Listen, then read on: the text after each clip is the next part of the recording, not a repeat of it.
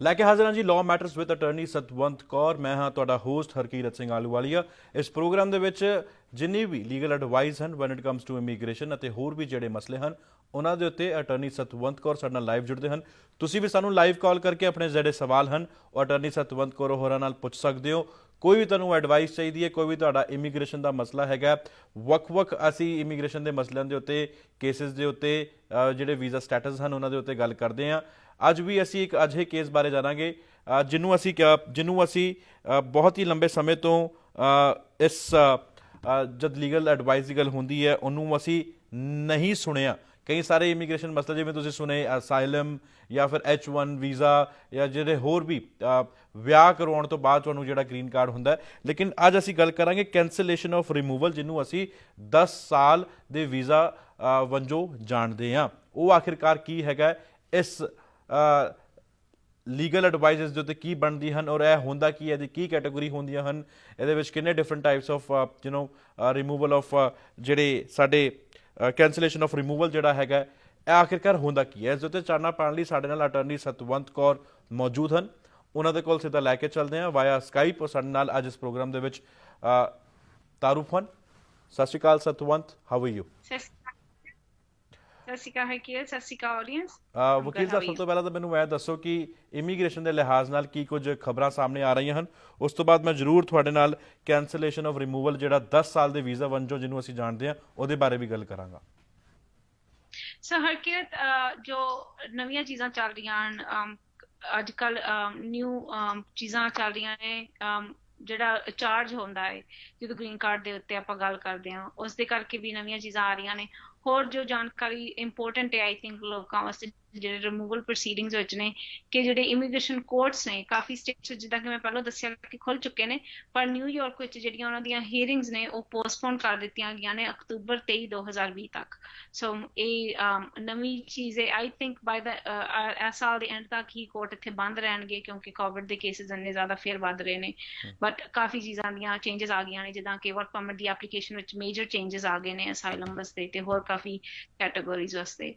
ਤੇ ਬਿਲਕੁਲ ਅਸੀਂ ਰਿਮੂਵਲ ਦੀ ਵੀ ਗੱਲ ਕਰਾਂਗੇ। ਕੈਂਸਲੇਸ਼ਨ ਆਫ ਰਿਮੂਵਲ ਕੀ ਹੈ, ਤੁਸੀਂ ਪੁੱਛੋਗੇ ਤੇ ਅਸੀਂ ਤੁਹਾਨੂੰ ਦੱਸਾਂਗੇ। ਨਹੀਂ, ਬਿਲਕੁਲ ਜ਼ਰੂਰ ਦੱਸੋ ਕੈਂਸਲੇਸ਼ਨ ਆਫ ਰਿਮੂਵਲ ਹੁੰਦੀ ਕੀ ਹੈ, ਇਹ ਕਿਹੜੀ ਕੈਟਾਗਰੀ ਹੈਗੀ ਹੈ? ਹਾਂਜੀ, ਸੋ ਜਿਹੜੀ ਕੈਂਸਲੇਸ਼ਨ ਆਫ ਰਿਮੂਵਲ ਹੈ ਉਹ ਇੱਕ ਐਪਲੀਕੇਸ਼ਨ ਹੈ ਜੋ ਇਮੀਗ੍ਰੇਸ਼ਨ ਜੱਜ ਦੇ ਸਾਹਮਣੇ ਲਾਈ ਜਾਂਦੀ ਹੈ। ਇਹਨੂੰ ਲੋਕ 10 ਸਾਲਾਂ ਦੇ ਕੇਸ ਵਜੋਂ ਵੀ ਜਾਣਦੇ ਨੇ। ਜਿਨ੍ਹਾਂ ਦੇ ਬੱਚੇ ਇੱਥੇ ਸਿਟੀਜ਼ਨ ਨੇ ਤੇ ਉਹਨਾਂ ਨੂੰ 10 ਸਾਲ ਹੋ ਗਏ ਨੇ ਰਹਿੰਦੇ ਨੂੰ, ਉਹ ਸੋਚਦੇ ਨੇ ਕਿ ਅਗਰ ਸਾਨੂੰ 10 ਸਾਲ ਹੋ ਗਏ ਨੇ ਇੱਥੇ ਰਹਿੰਦਿਆਂ ਨੂੰ, ਸਾਡਾ ਬੱਚਾ US ਸਿਟੀਜ਼ਨ ਹੈ ਤੇ ਅਸੀਂ 10 ਸਾਲਾਂ ਦਾ ਕੇਸ ਕਰ ਸਕਦੇ ਹਾਂ, ਕੈਂਸਲੇਸ਼ਨ ਆਫ ਰਿਮੂਵਲ ਲਾ ਸਕਦੇ ਹਾਂ। ਪਰ ਇਹ ਸੱਚ ਨਹੀਂ ਹੈ। ਉਹਦੇ ਵਾਸਤੇ ਤੁਹਾਨੂੰ ਕੁਝ ਚੀਜ਼ਾਂ ਰਿਕੁਆਇਰਮੈਂਟਸ ਦਾ ਮੀਟ ਕਰਨੀਆਂ ਜ਼ਰੂਰੀ ਹੁੰਦੀਆਂ ਨੇ। ਤੇ ਇਹਦਾ ਜਿਹੜਾ ਜੋ ਪ੍ਰੋਸੈਸ ਹੈ ਉਹਦੇ ਵਾਸਤੇ ਤੁਹਾਨੂੰ ਰਿਮੂਵਲ ਪ੍ਰੋਸੀਡਿੰਗਸ ਵਿੱਚ ਹੋਣਾ ਜ਼ਰੂਰੀ ਹੈ। ਤੇ ਅਗਰ ਜੇ ਤੁਸੀਂ ਰਿਮੂਵਲ ਪ੍ਰੋਸੀਡਿੰਗ ਵਿੱਚ ਹੋ ਤੇ ਐਂਡ ਆਫ ਦਾ ਟਰਾਇਲ, ਕਿਉਂਕਿ ਇੱਕ ਫਾਈਨਲ ਹੀਅਰਿੰਗ ਹੁੰਦੀ ਹੈ ਜੋ ਕਿ ਟਰਾਇਲ ਦੇ ਬਤੌਰ ਹੁੰਦੀ ਹੈ, ਅਗਰ ਤੁਸੀਂ ਉਹਦੇ ਵਿੱਚ ਪਾਸ ਕਰਦੇ ਹੋ ਤੇ ਫਿਰ ਤੁਹਾਨੂੰ ਗ੍ਰੀਨ ਕਾਰਡ ਮਿਲ ਜਾਂਦਾ ਹੈ। ਅਗਰ ਤੁਸੀਂ ਉਸ ਰਿਮੂਵਲ ਪ੍ਰੋਸੀਡਿੰਗ ਨੂੰ ਪਾਸ ਨਹੀਂ ਕਰ ਪਾਉਂਦੇ ਹੋ ਤੇ ਤੁਹਾਨੂੰ ਡਿਪੋਰਟ ਕਰ ਦਿੱਤਾ ਜਾਂਦਾ ਹੈ। ਇਸ ਕਰਕੇ ਕੈਂਸਲੇਸ਼ਨ ਆਫ ਰਿਮੂਵਲ ਦਾ ਅਸੀਂ ਕੇਸ ਲਾਈਏ ਕਿ ਨਹੀਂ ਲਾਈਏ ਹਰਕੀਰਤ, ਇਹ ਬਹੁਤ ਜ਼ਿਆਦਾ ਜ਼ਰੂਰੀ ਹੈ ਕਿ ਲੋਕਾਂ ਨੂੰ ਪਤਾ ਹੋਏ ਕਿ ਉਹਦੀਆਂ ਰਿਕੁਆਇਰਮੈਂਟਸ ਕੀ ਨੇ, ਕੀ ਅਸੀਂ ਉਹਦੇ ਵਾਸਤੇ ਕੁਆਲੀਫਾਈ ਕਰਦੇ ਹਾਂ ਕਿ ਨਹੀਂ ਕਰਦੇ ਹਾਂ, ਕੀ ਸਾਨੂੰ ਇਹ ਚੀਜ਼ ਲਾਣੀ ਵੀ ਚਾਹੀਦੀ ਹੈ। ਕਿਉਂਕਿ ਕਈ ਵਾਰੀ ਅਸੀਂ ਮਿਸਗਾਈਡਡ ਹੋ ਜਾਂਦੇ ਹਾਂ, ਚਾਹੇ ਸਾਨੂੰ ਕੁਛ ਅਟਰਨੀ ਮਿਸਗਾਈਡ ਕਰ ਦਿੰਦੇ ਨੇ ਜਾਂ ਉਹ ਲੋਕ ਮਿਸਗਾਈਡ ਕਰ ਦਿੰਦੇ ਨੇ ਜਿਨ੍ਹਾਂ ਇਹਨਾਂ ਚੀਜ਼ਾਂ ਦਾ ਕਾਨਸੈਪਟ ਹੀ ਨਹੀਂ ਪਤਾ ਹੈ। ਅਕਾਊਂਟੈਂਟਸ ਹੋ ਗਏ ਜਾਂ ਉੱਦਾਂ ਹੀ ਜਿਹੜੇ ਕਰਦੇ ਨੇ ਉਹ ਸਾਨੂੰ ਗਾਈਡ ਕਰ ਦਿੰਦੇ ਨੇ ਗਲਤ ਤਰੀਕੇ ਦੇ ਨਾਲ, ਤੇ ਅਸੀਂ ਐਪਲੀਕੇਸ਼ਨ ਲਾ ਲੈਂਦੇ ਹਾਂ ਤੇ ਬਿਨਾਂ ਇਹ ਜਾਣੇ ਕਿ ਇਸ ਚੀਜ਼ ਵਾਸਤੇ ਕੁਆਲੀਫਾਈ ਨਹੀਂ ਕਰਦੇ ਤੇ ਅਸੀਂ ਡਿਪੋਰਟ ਹੋ ਜਾਂਦੇ ਹਾਂ।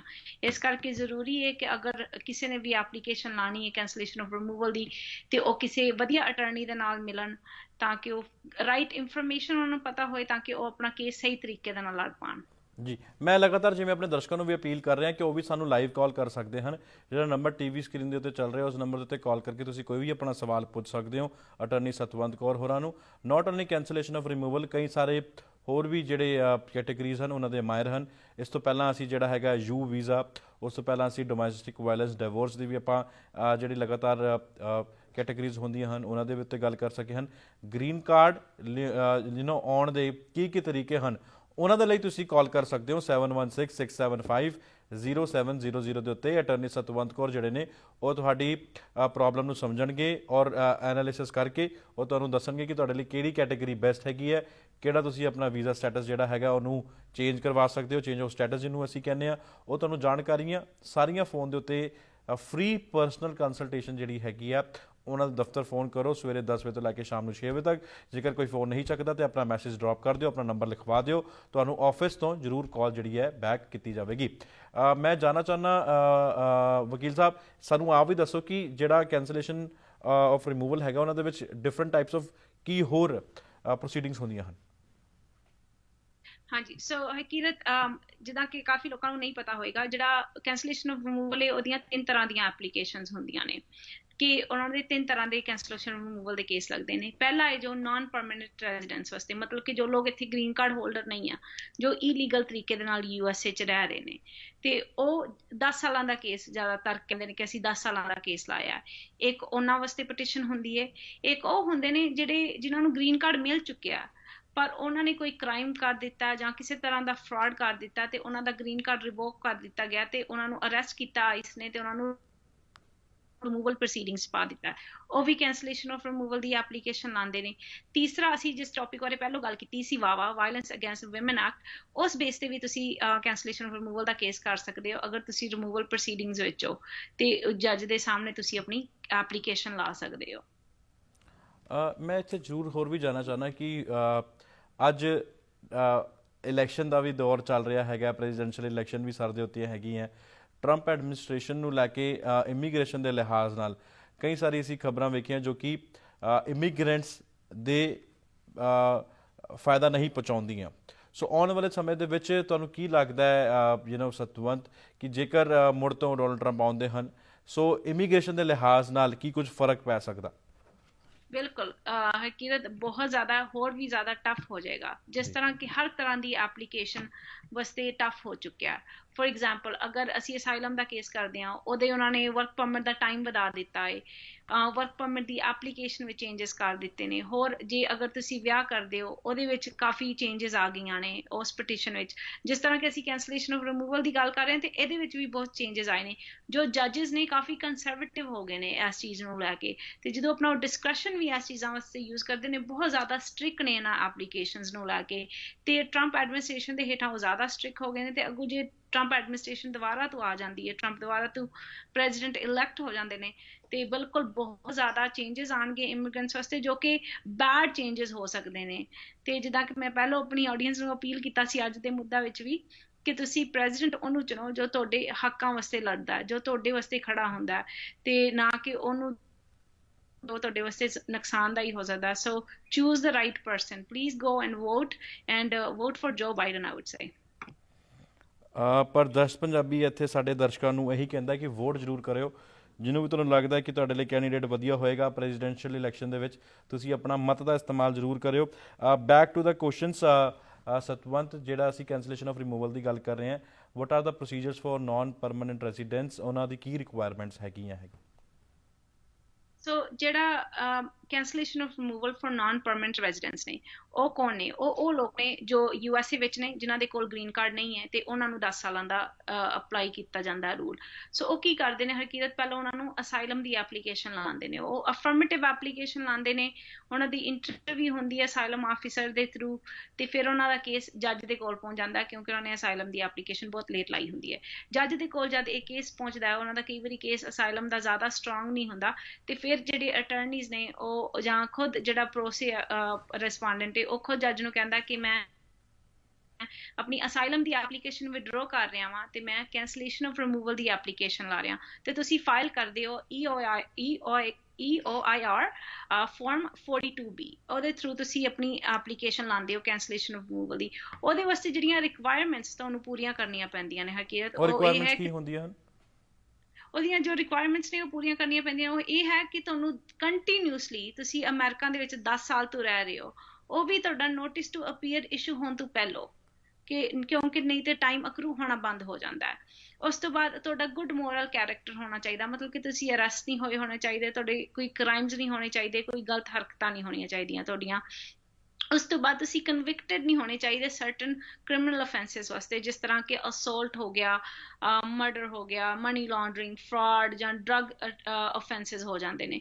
ਉਸ ਤੋਂ ਬਾਅਦ ਜਿਹੜੀ ਲਾਸਟ ਮੋਸਟ ਇੰਪੋਰਟੈਂਟ ਚੀਜ਼ ਹੈ ਉਹ ਇਹ ਹੋਣੀ ਚਾਹੀਦੀ ਕਿ ਅਗਰ ਤੁਸੀਂ USA 'ਚ ਡਿਪੋਰਟ ਕਰ ਦਿੱਤੇ ਜਾਂਦੇ ਹੋ, ਰਿਮੂਵ ਕਰ ਦਿੱਤੇ ਜਾਂਦੇ ਹੋ, ਤੇ ਜਿਹੜੇ ਤੁਹਾਡੇ ਕੁਆਲੀਫਾਈਂਗ ਰਿਲੇਟਿਵਸ ਨੇ, ਮੀਨਿੰਗ ਕਿ ਤੁਹਾਡੇ ਬੱਚੇ ਜੋ ਕਿ ਅੰਡਰ ਦ ਏਜ ਆਫ 21 ਤੇ ਅਨਮੈਰਿਡ ਨੇ, ਜਾਂ ਤੁਹਾਡੀ ਵਾਈਫ ਜਾਂ ਤੁਹਾਡੇ ਪੇਰੈਂਟਸ, ਉਹਨਾਂ ਨੂੰ ਕਿਸ ਤਰ੍ਹਾਂ ਦਾ ਪ੍ਰੋਬਲਮਸ ਆਉਣਗੀਆਂ। ਸੋ ਐਕਸੈਪਸ਼ਨਲ ਐਂਡ ਐਕਸਟ੍ਰੀਮ ਅਨਯੂਜੂਅਲ ਜਿਹੜੇ ਹਾਰਡਸ਼ਿਪਸ ਨੇ ਉਹਨਾਂ ਨੂੰ ਫੇਸ ਕਰਨੇ ਪੈਣਗੇ। ਜਿਹੜੀ ਇੱਥੇ ਦੀ ਗਵਰਨਮੈਂਟ ਹੈ ਉਹ ਐਸ ਪਟੀਸ਼ਨ ਵਿੱਚ ਇਹ ਵੇਖਦੀ ਹੈ ਕਿ ਤੁਹਾਨੂੰ ਕੀ ਦਿੱਕਤ ਹੋਏਗੀ, ਇਸ ਨੂੰ ਨਹੀਂ ਉਹ ਮਾਇਨੇ ਦਿੰਦੇ। ਜੋ ਤੁਹਾਡੇ US ਸਿਟੀਜ਼ਨ ਕੁਆਲੀਫਾਈਂਗ ਰਿਲੇਟਿਵ ਨੇ ਉਹਨਾਂ ਨੂੰ ਕੀ ਦਿੱਕਤ ਹੋਏਗੀ, ਇਸ ਕਰਕੇ ਉਹ ਪਟੀਸ਼ਨ ਨੂੰ ਪਾਸ ਕਰਦੇ ਨੇ ਨਾ। ਹੁਣ ਤੁਹਾਨੂੰ ਦੱਸਣਾ ਪੈਂਦਾ ਕਿ ਉਹਨਾਂ ਨੂੰ ਕੀ ਪ੍ਰੋਬਲਮ ਹੈ। ਕਈ ਵਾਰੀ ਉਹਨਾਂ ਨੂੰ ਮੈਡੀਕਲ ਇਸ਼ੂ ਹੋ ਸਕਦਾ ਹੈ, ਫॉर ਇੰਸਟੈਂਸ ਕਿਸੇ ਨੂੰ ਕੈਂਸਰ ਹੋ ਸਕਦਾ ਅਗਰ ਤੁਹਾਡੇ ਐਲਡਰਲੀ ਮਾਂ ਪਿਓ ਨੇ ਜਾਂ ਕੋਈ ਵੀ ਹੈ। ਅਗਰ ਤੁਹਾਡੇ ਬੱਚੇ ਨੇ ਉਹਨਾਂ ਨੂੰ ਬਿਹੇਵੀਅਰ ਥੈਰੇਪੀ ਦੀ ਪ੍ਰੋਬਲਮ ਹੋ ਸਕਦੀ ਹੈ ਕਿ ਉਹ ਬਿਹੇਵੀਅਰ ਥੈਰੇਪੀ ਲੈ ਰਹੇ ਨੇ, ਜਾਂ ਉਹਨਾਂ ਨੂੰ ਕਿਸੇ ਹੋਰ ਤਰ੍ਹਾਂ ਦੀ ਪ੍ਰੋਬਲਮ ਹੋ ਸਕਦੀ ਹੈ ਮੈਡੀਕਲ, ਉਹਨਾਂ ਨੂੰ ਇਮੋਸ਼ਨਲ ਪ੍ਰੋਬਲਮ ਹੋ ਸਕਦੀ ਹੈ, ਸਾਈਕੋਲੋਜੀਕਲ ਪ੍ਰੋਬਲਮ ਹੋ ਸਕਦੀ ਹੈ, ਉਹਨਾਂ ਦੀ ਟ੍ਰੀਟਮੈਂਟ ਚੱਲ ਰਹੀ ਹੈ। ਤੇ ਇਹ ਸਾਰੀਆਂ ਚੀਜ਼ਾਂ ਤੁਹਾਨੂੰ ਗਵਰਨਮੈਂਟ ਨੂੰ ਸ਼ੋਅ ਕਰਨੀਆਂ ਪੈਂਦੀਆਂ ਨੇ ਇਸ ਬੇਸ ਦੇ ਉੱਤੇ, ਕੈਂਸਲੇਸ਼ਨ ਰਿਮੂਵਲ ਦੇ ਬੇਸ ਦੇ ਉੱਤੇ ਗ੍ਰੀਨ ਕਾਰਡ ਲੈਣ ਵਾਸਤੇ। ਆਪਾਂ ਹੋਰ ਵੀ ਇਸ ਦੇ ਉੱਤੇ ਜ਼ਰੂਰ ਜਾਣਨਾ ਪਾਵਾਂਗੇ ਸਤਵੰਤ, ਪਰ ਮੈਂ ਜ਼ਰੂਰ ਇੱਥੇ ਸਾਡੇ ਕੋਲ ਸਵਾਲ ਵੀ ਜਿਹੜੇ ਆਏ ਹੋਏ ਹਨ ਉਹ ਵੀ ਆਪਾਂ ਪੁੱਛ ਲਈਏ। ਰਣਵੀਰ ਕੌਰ ਹੋਰਾਂ ਨੇ ਸਾਨੂੰ ਈਮੇਲ ਕੀਤੀ, ਉਹਨਾਂ ਨੇ ਕਿਹਾ ਕਿ ਅਸੀਂ ਜ਼ਰੂਰ ਜਾਣਨਾ ਚਾਹੁੰਦੇ ਹਾਂ ਕਿ ਕੋਰਟਸ ਕਦ ਖੁੱਲ੍ਹ ਰਹੇ ਹਨ। ਆਲਰੇਡੀ ਸਤਵੰਤ ਜਿਹੜੇ ਨੇ ਉਹਦਾ ਆਨਸਰ ਕਰ ਚੁੱਕੇ ਨੇ ਕਿ ਹੀਅਰਿੰਗਸ ਜਿਹੜੀਆਂ ਉਹਨਾਂ ਨੂੰ ਹਜੇ ਅੱਗੇ ਡੇਟ ਦਿੱਤੀਆਂ ਜਾ ਰਹੀਆਂ ਹਨ, ਪਰ ਕੋਰਟ ਜਿਹੜੇ ਨੇ ਖੁੱਲ੍ਹ ਚੁੱਕੇ ਨੇ। ਅਤੇ ਇੱਥੇ ਜਸਪ੍ਰੀਤ ਸਿੰਘ ਹੋਰਾਂ ਨੇ ਪੁੱਛਿਆ ਕਿ I just got married. Thank you very much, Just Punjabi, for this show, for this awareness, what's going on in New York. And we definitely want to congratulate Attorney Satwant Kaur for this wonderful show. And ਅਸੀਂ ਜਾਣਨਾ ਚਾਹੁੰਦੇ ਹਾਂ ਕਿ ਜਿਹੜੀ marriage ਨੂੰ ਲੈ ਕੇ hearings ਹਨ ਉਹ ਕਦ ਖੁੱਲਣਗੀਆਂ।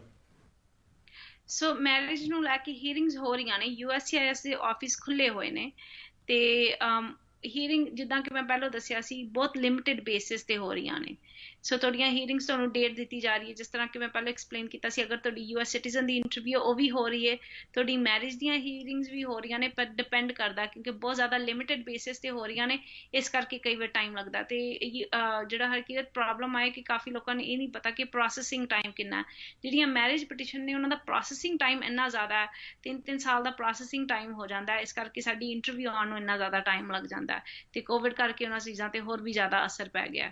ਸੋ USCIS ਦੀਆਂ ਹੀਅਰਿੰਗਸ ਹੋ ਰਹੀਆਂ ਨੇ ਬਟ ਲਿਮਿਟਿਡ ਬੇਸਿਸ ਤੇ। ਓਕੇ ਸਤਵੰਤ, ਹੋਰ ਵੀ ਕਈ ਸਾਰੇ ਸਾਡੇ ਸਵਾਲ ਇਹ ਪੁੱਛਦੇ ਹਨ ਦਰਸ਼ਕ, ਸਾਨੂੰ ਕਾਲਸ ਵੀ ਆਉਂਦੀਆਂ ਹਨ ਕਿ ਅਟਰਨੀ ਸਤਵੰਤ ਕੌਰ ਜੀ ਸਿਰਫ ਨਿਊਯਾਰਕ ਦੇ ਵਿੱਚ ਹੀ ਕਰਦੇ ਹਨ ਕਿ ਉਹ ਨੇਸ਼ਨ ਵਾਈਡ ਆਪਣੀ ਸੇਵਾਵਾਂ ਦਿੰਦੇ ਹਨ? ਜਿਹੜੇ ਫੈਡਰਲ ਲਾਅ ਦੇ ਅਧੀਨ ਆਉਂਦੇ ਹਨ ਉਹਨਾਂ ਦੇ ਵਿੱਚ ਉਹ ਕੀ ਸਾਨੂੰ ਜਿਹੜੀਆਂ ਸਰਵਿਸਿਜ਼ ਮਿਲ ਸਕਦੀਆਂ ਹਨ ਉਹ ਵੀ ਆਪਾਂ ਜ਼ਰੂਰ ਜਾਣਾਂਗੇ। ਔਰ ਜਿਹੜਾ ਕੈਂਸਲੇਸ਼ਨ ਆਫ ਰਿਮੂਵਲ ਦੀ ਗੱਲ ਅਸੀਂ ਇੱਥੇ ਕਰ ਰਹੇ ਹੈਗੇ ਆ, ਉਹ ਵੀ ਅਸੀਂ ਸਵਾਲ ਜਿਹੜੇ ਹੋਰ ਹਨ ਉਹਨਾਂ ਨੂੰ ਵੀ ਜਾਣਾਂਗੇ। ਫਿਲਹਾਲ ਇੱਕ ਬ੍ਰੇਕ ਲਈ ਇੱਥੇ ਰੁਕ ਰਹੇ ਹਾਂ।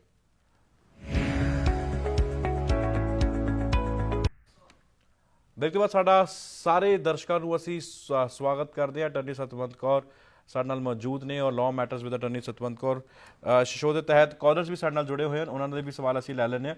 ਸਤਿ ਸ਼੍ਰੀ ਅਕਾਲ ਜੀ, ਤੁਸੀਂ ਆਨ 에ਅਰ ਹੋ, ਕੌਣ ਬੋਲ ਰਹੇ ਹੋ, ਕਿੱਥੋਂ ਬੋਲ ਰਹੇ ਹੋ? ਸਤਿ ਸ਼੍ਰੀ ਅਕਾਲ ਜੀ, ਅਸੀਂ ਇੱਥੋਂ ਬੋਲ ਰਹੇ ਹਾਂ ਨਿਊ ਜਰਸੀ ਤੋਂ। ਹਾਂਜੀ, ਮੇਰਾ ਕੁਐਸਚਨ ਇਹ ਹੈ ਜੀ, ਜਿਹੜੀਆਂ ਆਪਣੇ ਇੰਡੀਆ ਪੋਸਟਪੋਨ ਹੋਈਆਂ ਸੀਗੀਆਂ ਇੰਟਰਵਿਊਜ਼, ਉਹਨਾਂ ਦੇ ਕਦ ਤੱਕ ਆਉਣ ਦੀ ਸੰਭਾਵਨਾ, ਤੇ ਉਸ ਟਾਈਮ ਕਿਹੜੇ ਕਿਹੜੇ ਪੇਪਰ ਚਾਹੀਦੇ ਨੇ ਕਿਉਂਕਿ ਜੌਬ ਹੈ ਨਹੀਂ ਹੁਣ।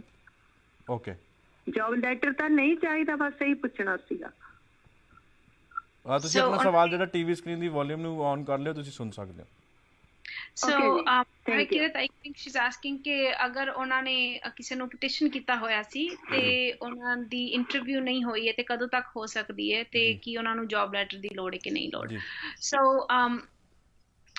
ਹਜੇ ਤੱਕ ਤੇ ਇੰਟਰਵਿਊਜ਼ ਨਹੀਂ ਹੋ ਰਹੀਆਂ ਉੱਥੇ ਕਿਉਂਕਿ ਪੂਰੀ ਤਰ੍ਹਾਂ ਐਮਬੈਸੀਜ਼ ਨਹੀਂ ਖੁੱਲੀਆਂ। ਆਈ ਥਿੰਕ ਲਿਮਿਟਿਡ ਬੇਸਿਸ ਦੇ ਉੱਤੇ ਹੀ ਇੰਟਰਵਿਊਜ਼ ਹੋ ਰਹੀਆਂ ਨੇ। ਤੇ ਅਗਰ ਤੁਹਾਡਾ ਸਪਾਊਸ US ਸਿਟੀਜ਼ਨ ਹੈ ਤੇ ਤੁਸੀਂ ਆਪਣੇ ਹਸਬੈਂਡ ਜਾਂ ਵਾਈਫ ਨੂੰ ਪਟੀਸ਼ਨ ਕੀਤਾ, ਮੋਰ ਚਾਂਸਿਸ ਨੇ ਕਿ ਉਹਨਾਂ ਦੀ ਇੰਟਰਵਿਊ ਆ ਜਾਏ। ਮੰਮੀ ਡੈਡੀ ਦੀ ਇੰਟਰਵਿਊ ਜਾਂ ਭੈਣ ਭਰਾਵਾਂ ਦੀਆਂ ਨਹੀਂ ਹੋ ਰਹੀਆਂ ਹਜੇ ਤੱਕ। ਤੇ ਉਸ ਤੋਂ ਇਲਾਵਾ ਕੀ ਤੁਹਾਨੂੰ ਜੌਬ ਲੈਟਰ ਚਾਹੀਦਾ? ਅਗਰ ਤੁਸੀਂ ਆਲਰੇਡੀ ਆਪਣੇ ਡਾਕੂਮੈਂਟ ਸਬਮਿਟ ਕਰਵਾਏ ਹੋਏ ਨੇ, ਟੈਕਸ ਪੇਪਰ 3 ਸਾਲਾਂ ਦੇ ਸਬਮਿਟ ਕਰਵਾਏ ਹੋਏ ਨੇ, ਤੇ ਫਿਰ ਤੁਹਾਨੂੰ ਜੌਬ ਲੈਟਰ ਦੀ ਲੋੜ ਨਹੀਂ ਪਏਗੀ ਕਿਉਂਕਿ ਤੁਸੀਂ ਰਿਕੁਆਇਰਮੈਂਟ ਹੁੰਦੀ ਹੈ ਕਿ ਤੁਸੀਂ I-864 ਜਿਹੜਾ ਫਾਰਮ ਹੈ ਉਹ ਸਬਮਿਟ ਕਰਵਾਓ, ਆਪਣੀ ਸ਼ੋਅ ਕਰੋ ਕਿ ਤੁਹਾਡੀ ਕੀ ਜਿਹੜਾ ਫਾਈਨੈਂਸ਼ੀਅਲ ਸ਼ੋਅ ਕਰੋ, ਤੇ ਉਹਦੇ ਨਾਲ ਤੁਸੀਂ ਆਪਣੇ 3 ਸਾਲਾਂ ਦੇ ਟੈਕਸ ਰਿਟਰਨ ਸਬਮਿਟ ਕਰਵਾਉਂਦੇ ਹੋ ਗਵਰਨਮੈਂਟ ਨੂੰ ਕਿ ਤੁਸੀਂ ਉਹਨਾਂ ਨੂੰ ਕਿੱਦਾਂ ਸਪੋਰਟ ਕਰੋਗੇ। ਅਗਰ ਤੁਸੀਂ ਸਬਮਿਟ ਕਰਵਾਏ ਨੇ ਤਾਂ ਤੁਹਾਨੂੰ ਜ਼ਰੂਰਤ ਨਹੀਂ ਪਏਗੀ ਇਸ ਵਕਤ ਉਸ ਲੈਟਰ ਦੀ। ਠੀਕ ਹੈ। ਜਿਹੜੀ ਆਪਾਂ ਕੈਂਸਲੇਸ਼ਨ ਆਫ ਰਿਮੂਵਲ ਦੀ ਗੱਲ ਕਰ ਰਹੇ ਸੀਗੇ ਸਤਵੰਤ, ਉਹਦੇ ਵਿੱਚ ਹੈ ਵਾਟ ਇਜ਼ ਵਾਵਾ ਕੈਂਸਲੇਸ਼ਨ ਆਫ ਰਿਮੂਵਲ ਐਂਡ ਉਹਦੀ ਕੀ ਰਿਕੁਆਇਰਮੈਂਟ ਹੁੰਦੀਆਂ ਹਨ? ਹਾਂਜੀ, ਸੋ ਹਰਕੀਰਤ ਤੁਸੀਂ ਬ੍ਰੇਕ ਤੇ ਜਾਣ ਤੋਂ ਪਹਿਲਾਂ ਪੁੱਛ ਰਹੇ ਸੀ ਕਿ ਕੀ ਮੈਂ ਸਾਰੇ ਪਾਸੇ ਫੈਡਰਲ ਲਾਅ ਪ੍ਰੈਕਟਿਸ ਕਰਦੀ ਹਾਂ। ਜੀ ਸੋ ਜੀ ਜੀ ਜੀ, ਤੁਸੀਂ ਅਗਰ ਕਿਸੇ ਵੀ ਸਟੇਟ 'ਚ ਰਹਿੰਦੇ ਹੋ ਤੇ ਮੈਂ ਤੁਹਾਡੀ ਐਪਲੀਕੇਸ਼ਨ ਫਾਈਲ ਕਰ ਸਕਦੀ ਹਾਂ, ਤੁਹਾਡੇ ਇਮੀਗ੍ਰੇਸ਼ਨ ਦੇ ਕਿਸੇ ਵੀ ਮੈਟਰ ਦੇ ਉੱਤੇ ਮੈਂ ਕੰਮ ਕਰ ਸਕਦੀ ਹਾਂ। ਜਿਹੜੇ ਸਟੇਟ ਲਾਜ਼ ਨੇ ਉਹ ਡਿਫਰੈਂਟ ਨੇ, ਇਸ ਕਰਕੇ ਤੁਹਾਡਾ ਡਿਵੋਰਸ ਦਾ ਕੇਸ ਹੋ ਗਿਆ ਜਾਂ ਤੁਹਾਡੇ ਕਿਸੇ ਹੋਰ ਤਰ੍ਹਾਂ ਦੀ ਕੋਈ ਐਪਲੀਕੇਸ਼ਨ ਹੋਏ ਜਾਂ ਲੈਂਡਲੋਰਡ ਐਂਡ ਟੈਨੈਂਟ ਮੈਟਰਸ ਹੋਏ, ਉਹਦੇ ਵਾਸਤੇ ਮੈਂ ਤੁਹਾਡੀ ਹੈਲਪ ਨਹੀਂ ਕਰ ਸਕਦੀ ਕਿਉਂਕਿ ਮੈਂ ਹਰ ਸਟੇਟ ਵਿੱਚ ਪ੍ਰੈਕਟਿਸ ਨਹੀਂ ਕਰਦੀ। ਕਿਉਂਕਿ ਇਮੀਗ੍ਰੇਸ਼ਨ ਇੱਕ ਫੈਡਰਲ ਲਾਅ ਹੈ ਤੇ ਅਸੀਂ ਕਿਸੇ ਵੀ ਸਟੇਟ ਵਿੱਚ ਇਸ ਨੂੰ ਪ੍ਰੈਕਟਿਸ ਕਰ ਸਕਦੇ ਹਾਂ। ਤੇ ਤੁਸੀਂ ਕਿਤੇ ਵੀ ਰਹਿੰਦੇ ਹੋ ਤੁਸੀਂ ਸਾਨੂੰ ਸੰਪਰਕ ਕਰ ਸਕਦੇ ਹੋ 7186750700 ਦੇ ਉੱਤੇ। ਤੇ ਹਰਕੀਰਤ ਤੁਸੀਂ ਪੁੱਛਿਆ ਕਿ ਵਾਵਾ ਦਾ ਕੈਂਸਲੇਸ਼ਨ ਆਫ ਰਿਮੂਵਲ ਕੀ ਹੈ। ਵਾਵਾ ਜਿਹੜੀ ਐਪਲੀਕੇਸ਼ਨ ਹੁੰਦੀ ਹੈ, ਅਸੀਂ ਪਹਿਲਾਂ ਇਸ ਤੇ ਸ਼ੋਅ ਕੀਤਾ ਸੀ ਕਿ ਜਿਹੜੇ ਅਬਿਊਜ਼ਡ ਹੁੰਦੇ ਨੇ ਉਹ ਵਾਵਾ ਦੀ ਐਪਲੀਕੇਸ਼ਨ ਲਾ ਸਕਦੇ ਨੇ I-360 ਦੇ ਥਰੂ। ਤੇ ਅਗਰ ਤੁਸੀਂ ਰਿਮੂਵਲ ਪ੍ਰੋਸੀਡਿੰਗਸ ਵਿੱਚ ਅਗਰ ਤੁਹਾਡਾ ਅਸਾਈਲਮ ਦਾ ਕੇਸ ਚੱਲ ਰਿਹਾ ਤੇ ਤੁਹਾਡਾ ਵਿਆਹ ਹੋ ਜਾਂਦਾ, ਤੁਹਾਡੇ ਹਸਬੈਂਡ ਜਾਂ ਵਾਈਫ ਜਾਂ ਤੁਹਾਡੇ ਮਾਂ-ਬਾਪ ਜਾਂ ਤੁਹਾਡੇ ਬੱਚੇ ਤੁਹਾਨੂੰ ਅਬਿਊਜ਼ ਕਰਦੇ ਨੇ, ਉਸ ਬੇਸ ਦੇ ਉੱਤੇ ਤੁਸੀਂ ਆਪਣੀ ਜੱਜ ਦੇ ਸਾਹਮਣੇ ਐਪਲੀਕੇਸ਼ਨ ਲਾ ਸਕਦੇ ਹੋ cancellation of removal the file ਕਰਕੇ EOIR 42B। ਜਿਹੜੀ ਪਹਿਲੀ ਐਪਲੀਕੇਸ਼ਨ ਸੀ ਜਿਹੜੀ ਆਪਾਂ 10 ਸਾਲਾਂ ਵਾਲੇ ਕੇਸ ਦੀ ਦੱਸ ਰਹੇ ਸੀ ਉਹ ਸੀ 42A ਤੇ ਇਹ ਹੈਗੀ ਹੈ 42B। ਹੁਣ ਇਹਦੇ ਵਿੱਚ ਕੀ ਹੁੰਦੀਆਂ ਜਿਹੜੀਆਂ ਰਿਕੁਆਇਰਮੈਂਟਸ ਨੇ, ਇਹਦੇ ਵਿੱਚ ਇਹ ਸ਼ੋ ਕਰਨਾ ਪੈਂਦਾ ਕਿ ਤੁਹਾਨੂੰ ਫਿਜ਼ੀਕਲੀ ਕੋਈ ਨਾ ਕੋਈ ਚੋਟ ਲੱਗੀ ਹੈ ਜਾਂ ਫਿਜ਼ੀਕਲੀ ਤੁਹਾਡੇ ਨਾਲ ਅਤਿਆਚਾਰ ਹੋਇਆ ਤੇ ਜਾਂ ਤੁਹਾਡੇ ਨਾਲ ਕਰੂਲਟੀ ਹੋਈ ਹੈ, ਐਕਸਟ੍ਰੀਮ ਕਰੂਲਟੀ ਹੋਈ ਹੈ, ਮੀਨਿੰਗ ਕਿ ਇਮੋਸ਼ਨਲ ਤਰੀਕੇ ਦੇ ਨਾਲ ਤੁਹਾਡੇ ਨਾਲ ਅਤਿਆਚਾਰ ਹੋਇਆ। ਫਿਰ ਕੁਆਲੀਫਾਈਂਗ ਜਿਹੜੇ ਰਿਲੇਟਿਵਸ ਨੇ ਜਿਨ੍ਹਾਂ ਦੇ ਥਰੂ ਤੁਸੀਂ ਵਾਵਾ ਦਾ ਕੇਸ ਕਰ ਸਕਦੇ ਹੋ, ਅਗਰ ਜਿਨ੍ਹਾਂ ਨੇ ਤੁਹਾਨੂੰ ਅਬਿਊਜ਼ ਕੀਤਾ ਜਾਂ ਤੇ ਬੱਚੇ ਹੋ ਸਕਦੇ ਨੇ ਜਾਂ ਮਾਂ ਪਿਓ ਹੋ ਸਕਦੇ ਨੇ ਜਾਂ ਤੁਹਾਡੇ ਹਸਬੈਂਡ ਜਾਂ ਵਾਈਫ ਹੋ ਸਕਦੇ ਨੇ। ਉਹਦੀ ਜੋ ਇੱਕ ਅਹਿਮ ਹੋਰ ਰਿਕੁਆਇਰਮੈਂਟ ਹੈ ਜੋ I-360 ਦੀ ਐਪਲੀਕੇਸ਼ਨ ਵਿੱਚ ਨਹੀਂ ਹੁੰਦੀ, ਉਹ ਰਿਕੁਆਇਰਮੈਂਟ ਆਏ ਕਿ ਤੁਹਾਨੂੰ ਜੱਜ ਦੇ ਸਾਹਮਣੇ ਵਾਵਾ ਦੇ ਥਰੂ ਕੈਂਸਲੇਸ਼ਨ ਲਾਉਣ ਵਾਸਤੇ 3 ਸਾਲ ਇੱਥੇ ਰਹਿਣਾ ਜ਼ਰੂਰੀ ਹੈ, ਜੋ ਕਿ ਜੇ ਅਗਰ ਆਪਾਂ 360 ਦੀ ਐਪਲੀਕੇਸ਼ਨ ਕਰਦੇ ਹਾਂ ਉਹਦੇ ਵਿੱਚ ਇਹ ਰਿਕੁਆਇਰਮੈਂਟ ਨਹੀਂ ਹੈ। ਉਸ ਤੋਂ ਇਲਾਵਾ ਤੁਹਾਡਾ ਗੁੱਡ ਮੋਰਲ ਕੈਰੈਕਟਰ ਹੋਣਾ ਚਾਹੀਦਾ, ਤੁਹਾਡੀ ਅਰੈਸਟ ਨਹੀਂ ਹੋਣੀ ਚਾਹੀਦੀ। ਅਗਰ ਅਰੈਸਟ ਹੋਈ ਹੈ ਤੇ ਉਹਦਾ ਤੁਹਾਨੂੰ ਐਕਸਪਲੇਨ ਕਰਨਾ ਪਏਗਾ ਕਿ ਕੀ ਹੋਇਆ ਸੀ। ਉਸ ਤੋਂ ਬਾਅਦ ਜਿਹੜੀ ਹਾਰਡਸ਼ਿਪ ਹੈ, ਉਹ ਜਿਹੜੀ ਹਾਰਡਸ਼ਿਪ ਹੈ ਜੋ ਤੁਹਾਨੂੰ ਹਾਰਡਸ਼ਿਪ ਹੈ ਉਹ ਵੀ ਕਾਊਂਟ ਹੁੰਦੀ ਹੈ ਤੇ ਜੋ ਤੁਹਾਡੇ ਕੁਆਲੀਫਾਈਂਗ ਰਿਲੇਟਿਵਸ ਨੇ ਉਹਨਾਂ ਨੂੰ ਕੀ ਦਿੱਕਤ ਹੋਏਗੀ ਉਹ ਵੀ ਕਾਊਂਟ ਹੁੰਦੀ ਹੈ। ਤੇ ਤੁਸੀਂ ਉਹ ਪੇਪਰ ਵਰਕ ਦੇ ਥਰੂ ਸ਼ੋਅ ਕਰ ਸਕਦੇ ਹੋ ਕਿ ਅਗਰ ਉਹਨਾਂ ਨੂੰ ਕੋਈ ਮੈਡੀਕਲ ਪ੍ਰੋਬਲਮ ਹੈ। ਬਾਕੀ ਅਗਰ ਤੁਸੀਂ ਇੱਥੇ ਰਹਿ ਰਹੇ ਹੋ ਤੇ ਉਹਦੇ ਡਾਕੂਮੈਂਟੇਸ਼ਨ ਹੁੰਦੀ ਹੈ ਜਿਹੜੀ ਤੁਸੀਂ ਪ੍ਰੋਵਾਈਡ ਕਰ ਸਕਦੇ ਹੋ ਕਿ ਕਿੱਦਾਂ ਅਸੀਂ ਉਸ ਰਿਕੁਆਇਰਮੈਂਟ ਨੂੰ ਮੀਟ ਕਰਦੇ ਹਾਂ। ਉਸ ਤੋਂ ਇਲਾਵਾ ਤੁਸੀਂ ਇਨਐਡਮਿਸਿਬਲ ਨਹੀਂ ਹੋਣੇ ਚਾਹੀਦੇ US ਵਿੱਚ। ਜੀ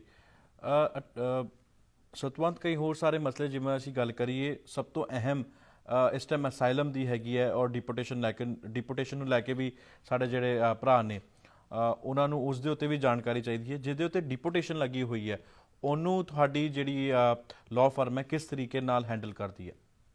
ਸੋ ਅਗਰ ਤੁਹਾਨੂੰ ਡਿਪੋਟੇਸ਼ਨ ਦੇ ਆਰਡਰਸ ਹੋਏ ਨੇ ਤੇ ਅਸੀਂ ਤੁਹਾਡੀ ਡਿਪੋਟੇਸ਼ਨ ਰਿਮੂਵ ਵੀ ਕਰਵਾ ਸਕਦੇ ਹਾਂ। ਡਿਪੈਂਡ ਕਰਦਾ ਤੁਹਾਡਾ ਕੇਸ ਕੀ ਹੈ ਤੇ ਤੁਹਾਨੂੰ ਡਿਪੋਟੇਸ਼ਨ ਦੇ ਆਰਡਰਸ ਕਿਉਂ ਹੋਏ ਨੇ। ਕਈ ਵਾਰੀ ਕੀ ਹੁੰਦਾ ਕਿ ਤੁਸੀਂ ਕੋਰਟ ਵਿੱਚ ਜਾਂਦੇ ਨਹੀਂ ਹੋ ਤੇ ਤੁਹਾਨੂੰ ਐਬਸੈਂਟੀ ਰਿਮੂਵਲ ਹੋ ਜਾਂਦਾ, ਉਹ ਕਿਸ ਬੇਸਿਸ ਦੇ ਉੱਤੇ ਹੋਇਆ ਤੁਹਾਡਾ ਕੇਸ ਰੀਓਪਨ ਵੀ ਕਰਵਾਇਆ ਜਾ ਸਕਦਾ। ਅਗਰ ਤੁਸੀਂ ਕਿਸੇ ਹੋਰ ਪਟੀਸ਼ਨ ਵਾਸਤੇ ਕੁਆਲੀਫਾਈ ਕਰਦੇ ਹੋ ਤੇ ਉਸ ਪਟੀਸ਼ਨ ਦੇ ਥਰੂ ਵੀ ਕੀਤਾ ਜਾ ਸਕਦਾ, ਤੁਹਾਨੂੰ ਵੇਵਰਸ ਵੀ ਦਵਾਏ ਜਾ ਸਕਦੇ ਨੇ। ਸੋ ਹਰ ਡਿਪੈਂਡ ਕਰਦਾ ਕਿਸੇ ਦਾ ਕੀ ਕੇਸ ਹੈ ਕਿਉਂਕਿ ਹਰ ਇੱਕ ਪਰਸਨ ਦੀ ਆਪਣੀ ਇੱਕ ਸਰਕਮਸਟੈਂਸਿਸ ਹੁੰਦੀਆਂ ਨੇ, ਉਹਦੇ ਬੇਸਿਸ ਦੇ ਉੱਤੇ ਹੀ ਡਿਸਾਈਡ ਹੁੰਦਾ ਕਿ ਉਹਨਾਂ ਵਾਸਤੇ ਕੀ ਅਪਲਾਈ ਹੋਏਗਾ ਕੀ ਨਹੀਂ ਅਪਲਾਈ ਹੋਏਗਾ। ਯੂ ਵੀਜ਼ਾ ਦੇ ਲਿਹਾਜ਼ ਨਾਲ ਕੀ ਕੁਝ ਖਬਰਾਂ ਨਵੀਆਂ ਸਾਹਮਣੇ ਆਈਆਂ, ਅਪਡੇਟਸ?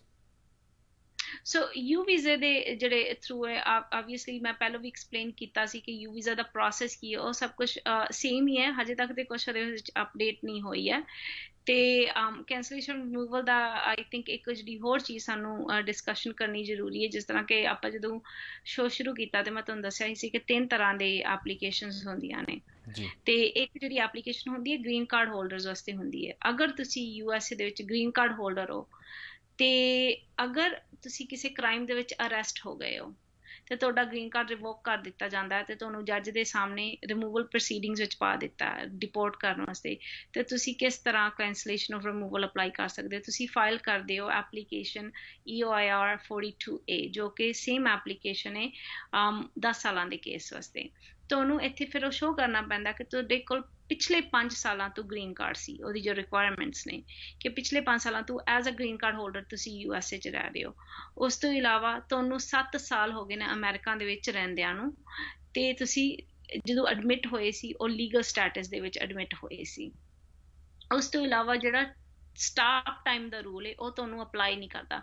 ਹਕੀਕਤ ਅਗਰ ਅਸੀਂ USA ਦੇ ਵਿੱਚ ਰਹਿ ਰਹੇ ਹਾਂ ਤੇ ਅਗਰ ਸਾਨੂੰ NTA ਜਾਰੀ ਹੋ ਜਾਂਦਾ ਜਾਂ ਅਸੀਂ ਅਰੈਸਟ ਹੋ ਜਾਂਦੇ ਆ ਤੇ ਜਿਹੜਾ ਤੁਹਾਡਾ ਅਮਰੀਕਾ ਦੇ ਵਿੱਚ ਟਾਈਮ ਅਕਰੂ ਹੋਣਾ ਬੰਦ ਹੋ ਜਾਂਦਾ ਹੈ। ਜੀ ਅਗਰ ਤੁਸੀਂ 20 ਸਾਲ ਤੋਂ ਵੀ ਰਹਿ ਰਹੇ ਹੋ ਨਾ, ਤੇ ਅਗਰ ਤੁਹਾਨੂੰ ਉਹਨਾਂ ਨੇ ਜਾਰੀ ਕਰ ਦਿੱਤੇ ਨੇ ਪੇਪਰ ਤੇ ਤੁਹਾਡਾ ਟਾਈਮ ਨਹੀਂ ਕਾਊਂਟ ਹੁੰਦਾ। ਹੂੰ ਇਸ ਕਰਕੇ ਉਹ ਵੀ ਅਗਰ ਗਵਰਨਮੈਂਟ ਨੇ ਤੁਹਾਡੇ ਖਿਲਾਫ ਕੋਈ ਕੰਪਲੇਂਟ ਕੀਤੀ ਹੈ ਜਾਂ ਸੀਰੀਅਸ ਕ੍ਰਾਈਮ ਕੀਤਾ ਤੇ ਤੁਹਾਡਾ ਟਾਈਮ ਅਕਰੂ ਹੋਣਾ ਬੰਦ ਹੋ ਜਾਂਦਾ। ਉਸ ਤੋਂ ਇਲਾਵਾ ਤੁਹਾਡੇ ਕੋਲ ਕੋਈ ਐਗਰੀਵੇਟਡ ਫੈਲਨੀ ਨਹੀਂ ਹੋਣੀ ਚਾਹੀਦੀ। ਉਸ ਤੋਂ ਇਲਾਵਾ ਤੁਹਾਨੂੰ ਇਸ ਤਰ੍ਹਾਂ ਦਾ ਕੋਈ ਸਿਮਿਲਰ ਰਿਲੀਫ ਪਹਿਲੋਂ ਗਵਰਨਮੈਂਟ ਵੱਲੋਂ ਨਹੀਂ ਮਿਲਿਆ ਹੋਣਾ ਚਾਹੀਦਾ। ਸੋ ਇਹ 3 ਤਰ੍ਹਾਂ ਦੇ ਜਿਹੜੇ ਕੇਸ ਨੇ ਜਿਹੜੇ ਤੁਸੀਂ ਕੈਂਸਲੇਸ਼ਨ ਆਫ ਰਿਮੂਵਲ ਦੇ ਕਰ ਸਕਦੇ ਹੋ।